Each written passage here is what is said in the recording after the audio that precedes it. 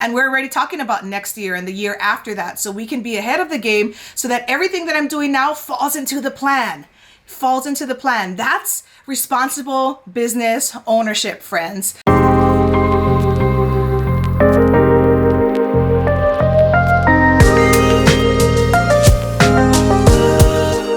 Alrighty, fam, welcome back to the channel. Very happy to have you here, and I'm going to build upon what we've been talking about for the last couple of days. But today, what I really want to touch on is how to take that business that we've been talking about, but build it with wealth in mind. Let's jump into it. Now, when it comes to business, many of us do things that either we were brought up to do, right? Maybe our dad was a plumber, and his dad was a plumber, and so we just kind of figure that we should be a plumber, right? And not saying that that's bad. I'm just saying, like, sometimes that's how we get into businesses. Other times we fall into businesses through interactions that we have with people, and they introduce us to something that we never had an idea that even existed before, and you get into that business.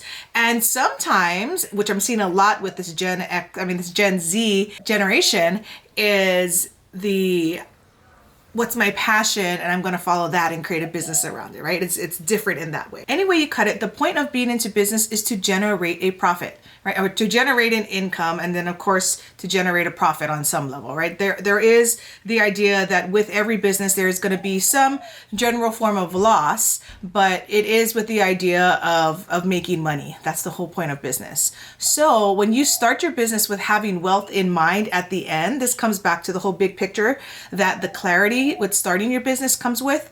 Having wealth in mind is something that will help you make better decisions. And I really want you to take this twist on things, or really it's not a twist, it's normal to me. It's how my husband and I approached wealth building when we started our businesses. So let me share a little bit about that with you. What it comes down to, it's the short game versus the long game, okay? What that means is we have to decide, where are we going to get our reward? Are we going to reap our rewards now so that we can continue to build the business? Or are we okay with taking some losses right now as we build, so that later on we can have the wealth needed in order for us to have the life that we wanted?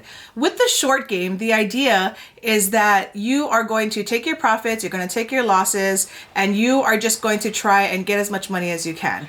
Now, I see that this happens a lot with those who are trying to live the lifestyle. The lifestyle really comes with, I own a business. There's pride, right? When you own a business, you created something, you're generating income from that. And so whether it's in the small town that you live in or the big city that you live in, there's a sense of pride that comes with starting and running a business.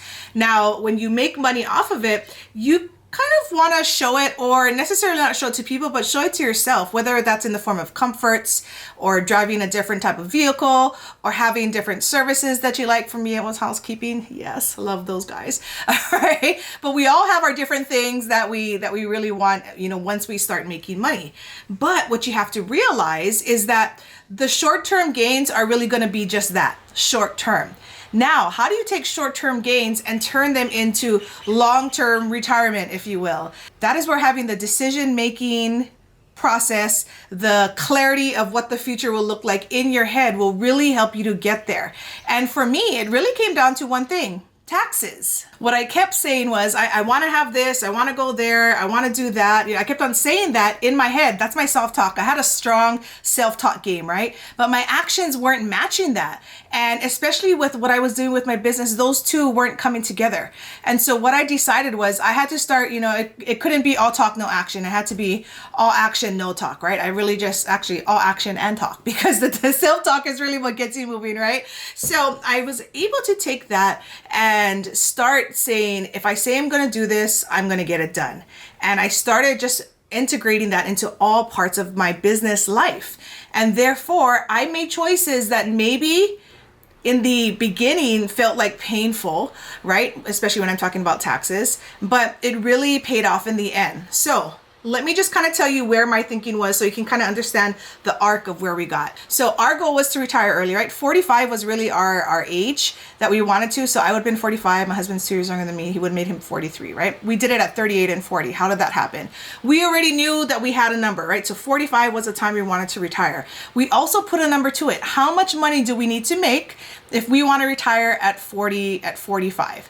And so we took what my husband was making at his job, took what I was making at my job, and said, if we're making X amount, let's just say it's $10,000 a month. If we're making $10,000 a month, we need to have enough rentals generating more than $10,000 a month, because with the $10,000 that we need to have to live, we need to pay for other business expenses. And what we realized as we started our business was we were taking a ton of deductions. Now, this is a very, very common thing that, especially when you're starting, they always say, a lot of the tax people say, well, it's common to take your losses in the first couple of years. You see that. For those of you who come from similar backgrounds that maybe where I started, where we didn't have much money, for me, one of my biggest things every single year, my biggest celebrations was tax time, because I had 4 kids and we got anywhere from $6,000 to $12,000 a year in returns. This is before I understood the whole tax game. But I was like, to me, that was payday, right? And I would stretch it out over the years so that we could make it better. I didn't understand back then. So when I had my businesses, I would take losses so that we could get a bigger return. Bad mistake. Think about that. If you are doing that, all right, if you are taking losses in your businesses so that you can get a bigger return, I'm going to ask you to think twice about that. Here's what ended up happening. When we went to buy our first house, we showed our income, right? And I forget what the numbers are, but just so it's easy, let's say that I made $100,000 in my business in that year, but I wrote off like $60,000 of it because I said I had all these expenses, which very well may have been true, but that's what I wrote off. To the banks, when I'm applying for a mortgage, what that means to them is Shan's business only brought in $30,000. You see, because for a business owner, it's not your W-2. They take into effect all of your expenses. So if I made $100,000, I deducted $60,000, my net was $30,000. So when I was going to buy the house, to them, it looked like I only made $30,000 a year, which I know isn't true. And I didn't understand that, all right? I went through all these different things. How do I do this? How do I do this? What I ended up doing was having to amend my taxes in order to be able to qualify for the house. Now, here is the crazy thing, and this was my very first experience with it. With that amendment, in order to get it to the qualification portion, what that meant is that now I had to pay $6,000. I had to pay $6,000. I was going from making over $10,000 in returns to very next year having to pay $6,000. I cried. I literally cried. I'm not a crier either. Called some friends. I'm like, well, what do I do, right? And they say, Shan, that just means you made too much money. I didn't get it yet, right? But what I'm trying to say to you is that first year of paying taxes really did make a difference for my wealth building, because what I started understanding was when I make money in my business and how I trickle that down through my taxes is how the bank will look at me when I want to do something like buy a house. And with the clarity of plan that my husband and I had, which was buy many houses, we needed to reverse engineer that shit and make sure that we were doing our taxes in a way that helped us. So we started a 5-year plan. And on this 5-year plan, what we decided to do was to pay taxes out of our ass, right? We made a lot of money, right? And we were okay with making a lot of money. And we also didn't take very many deductions, if any. We took very little deductions because we wanted to show on paper that we were generating a lot of money, so that when we went to the bank, they're like, oh yeah, whatever you want, we'll give it to you, right? That really matched the clarity of what we wanted to be able to retire. So for 5 years, we paid, and every year it was more. I think we paid like $6,000 one year, $13,000 other year, $23,000, $34,000, jumped to $76,000 one year, and one year was over $100,000 in taxes we paid. But what that meant was how much more were we making in order to have that kind of tax bill, right? I had to look at the other side of it. Rather than looking at the tax bill, I looked at how much we made and what that allowed us to do. So now that we had taxes for a long period of time that showed that we were generating money, when we walked into the bank and said, hey, we want to buy this house, we want to buy this house, they're like, okay. And our income kept on growing because with each house that we bought, each of those homes generated its own income. Many times the income from those homes, the mortgages, was double or triple the amount that our mortgage payment was. So for example, if our payment was $1,000, we were bringing in $3,000 plus on that house. So we didn't have to make money for that. And once we understood that, we really became very best friends with our tax person, really start to have a dialogue with them. So as a business owner, what I'm trying to say is you may want to look at what you want your business to do for you. We knew that we wanted our real estate business to be able to take us to this place where we could retire early. We never knew we could get it done in freaking 4.5, 5 years, but we did.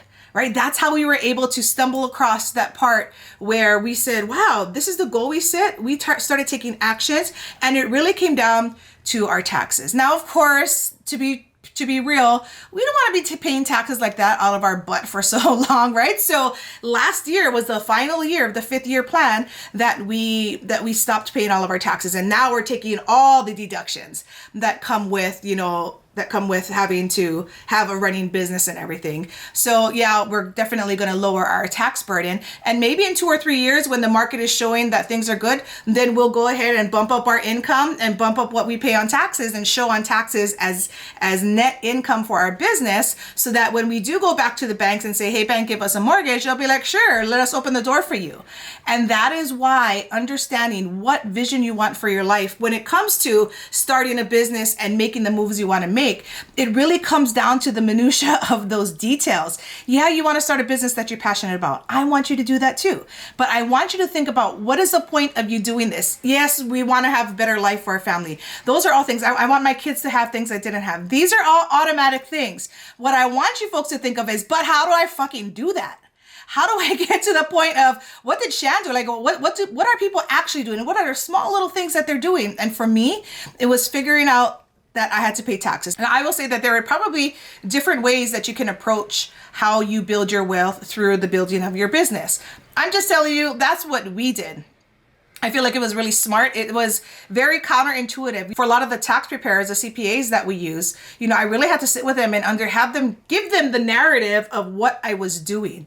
Because, they do their job according to the letter of the law. And of course, for the most part, it's like, get tax savings for my clients. So that's the normal thing. So for me to come in and be like, oh, by the way, I want to pay taxes. I mean, not like that, but that's how it sounded to them. They didn't get it. But once I started painting the picture of what we wanted to do, they're like, gotcha, we get it. Now we know what to do with you. And that's why we have multiple meetings a year as we're going through the year, and we're already talking about next year and the year after that, so we can be ahead of the game, so that everything that I'm doing now falls into the plan.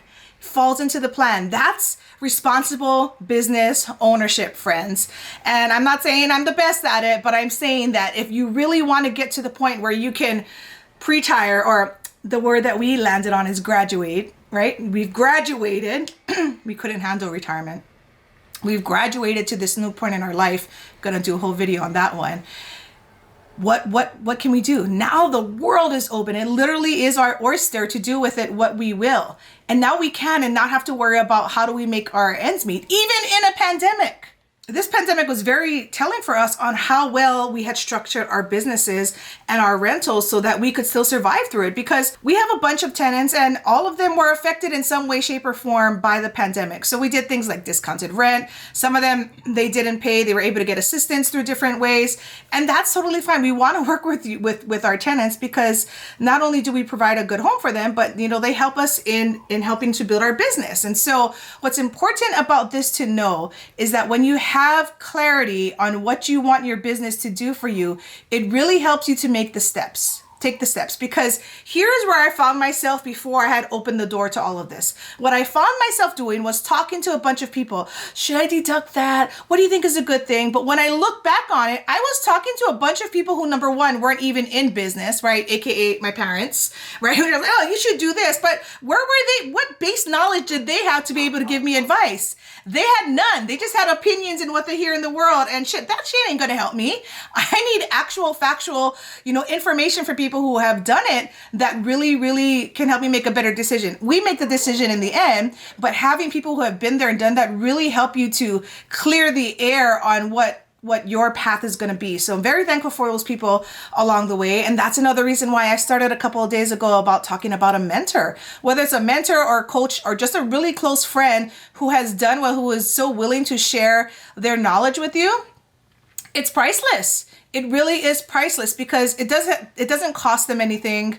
And what it does is it can really help you to expand what your goals are, which is what definitely happened for us. Now, I know I can talk forever more on how we were able to build on top of that. I'm probably going to be talking more about the wealth building in the next few videos, but I really wanted to jam that into your head about what your business is going to do for you and how you should build it with wealth in mind. So if this was helpful, which I hope it was for all you business owners out there, definitely make sure you think about that. Hit the like button, drop a comment or a question if you have one that's a practical question that might help you, make the decision that you need to make. Obviously, I'm not a paid professional who's going to give you, like advice unless, some clients of mine, I give them advice in that way, but I'm not just going to like in the comment section be giving you that kind of advice, but I can definitely answer general questions that can help you have a broader idea on what to do with what you're thinking, right? Just to kind of give you maybe more avenues to think about. So I thank you folks for your time. I'm excited to share more about this with you. I don't talk about it that much simply because